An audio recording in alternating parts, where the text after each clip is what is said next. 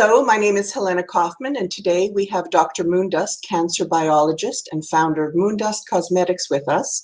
We're going to be looking at coronavirus variants. Welcome, Dr. Moondust. Thank you. Now, with countries the world over vaccinating their citizens against the COVID-19 virus, we're getting more information on how effective the vaccines are. We're also got news of the variants that are coming up. What can you tell us about the coronavirus variants? Well, there are three major variants at the moment. There's the UK variant, the South African variant, and the Brazilian variant. All right, then, let's start with the UK. What can you tell us about the UK variant? Well, it is up to 70% more transmissible than the original strain. And according to new statistics, it's up to 35% more deadly than the original strain. It contains mutations in the spike protein that the virus uses to invade human cells, and the binding capacity is greater in this variant due to the mutations. And then as far as the vaccines go, a German study has suggested that the Pfizer vaccine may be less effective against this variant, but Moderna has reported that it is still effective against this one. And what about the South African variant that we've been hearing about? Okay, so the South African variant is between 30 to 70% more transmissible. It also contains a mutation in the spike protein, which increases its binding capacity to human cells. Reinfection seems to be more common with this variant. And there is also some evidence that,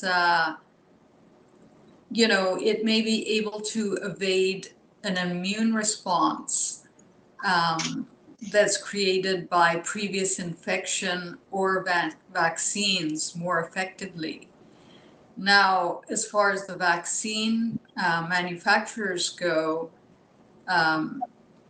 the Pfizer vaccine has reported that it is effective against this variant, but the Moderna one is less effective. And then we have the one from Brazil, which we've been hearing a lot of in the news as well. What can you tell us about the variant from Brazil? Again, this variant is highly transmissible, more transmissible than the original strain. It also contains mutations in the spike protein, and but less is known about it.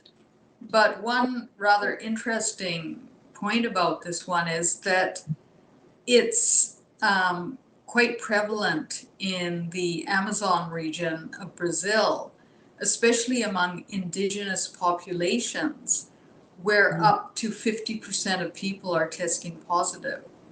So this is a little bit of a red flag because, as you may remember from history, there's this, the smallpox epidemics among the Native Americans in North America were very devastating because sometimes indigenous populations are less prepared to deal with these viruses and diseases. Their bodies aren't so immune. So it's really important for governments to vaccinate these vulnerable populations first and give them priority. And we certainly heard in the news in Canada that there are, even in the case of Winnipeg, there was a pop-up situation where vaccines were being prioritized for Indigenous elders. So it's clearly good news in terms of policy in Canada and the adaptation of exactly what you said, the priority. So thank you very much for our session today on the coronavirus variants. We're looking forward to updates. And to our viewers, please do visit the website for Moondust Cosmetics. Details are in the notes below. And we look forward to your future updates. Dr. Moondust, thank you so much. Thank you.